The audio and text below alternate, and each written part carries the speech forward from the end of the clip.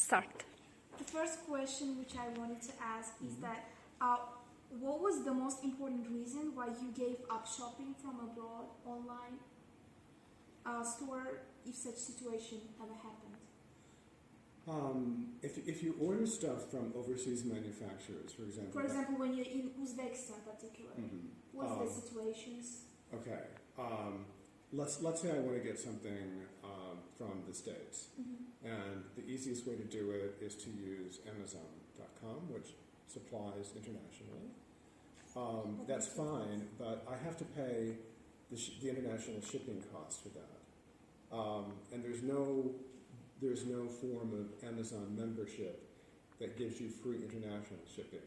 If I were getting it in Canada, Mexico, or the United States, the Amazon Prime discount card, right? Yeah. Gives you free shipping on any purchase, and you can order anything. You can order, a tent, you can order a bicycle, or you can order books. It doesn't matter. Absolutely free shipping. But if I order a book that I can't get in Uzbekistan, I have to pay the shipping costs, and those can be actually more than the price of the item, more than the price of the product. So your main concern is So the cost. my main concern, my only concern, if I really want a particular product, is how much will it cost to bring it to me. Okay. What if you are offered to get delivered anything you want from any country by the delivery price you set yourself, and this delivery will be fulfilled by local people who travel there?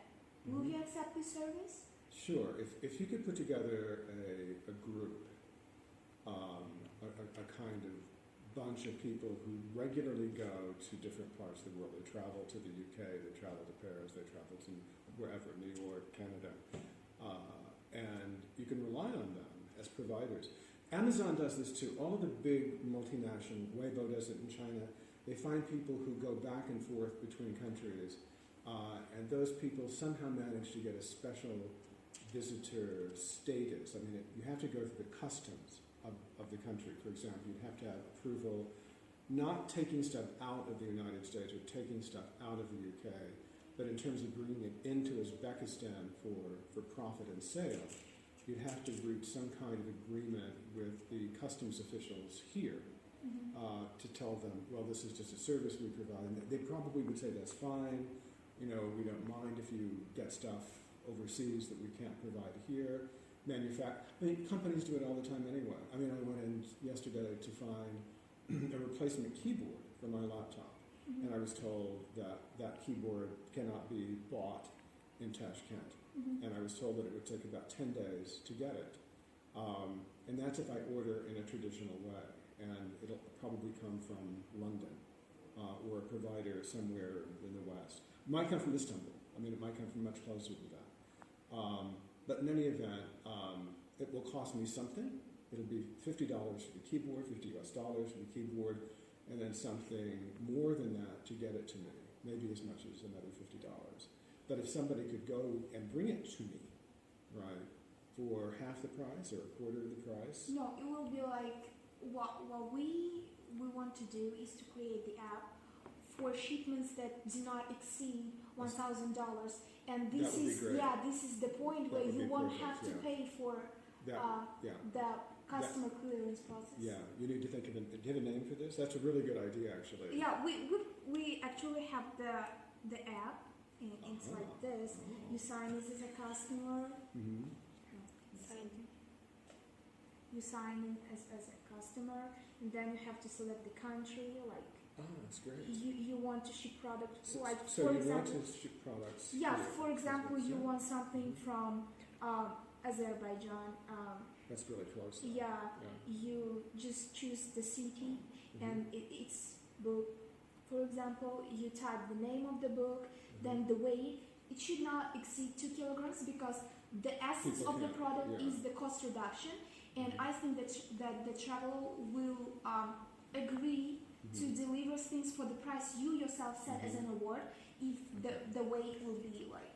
Okay, are you doing this on a percentage by weight? I mean, how much something weighs? Will It should be less than 2 kilograms so that it's not weighted that sounds for really them. good. Yeah. And then you can and then you insert, if it's the offline store, Yeah. if you know the offline store, Mhm. you can also add the address, then image Mhm. of your desired product, Mhm. then you add additional information, and recommend that. Then you set the award which you Okay. offer Okay. for delivery price.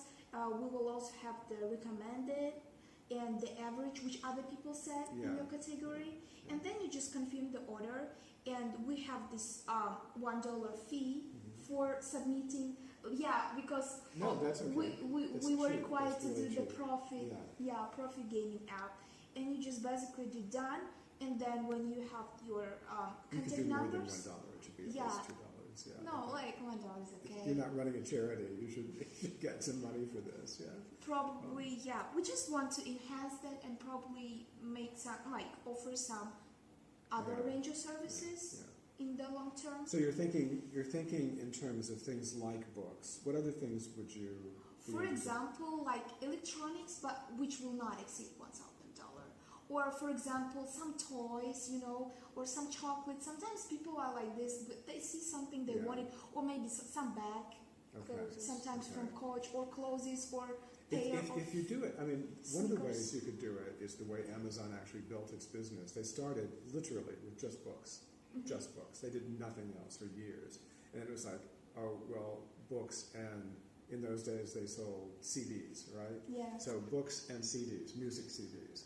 And then CDs became obsolete because of MP3 players and the fact that internet music was a revolution. And it kind of wipes, nobody uses CDs. I've got many thousands of CDs.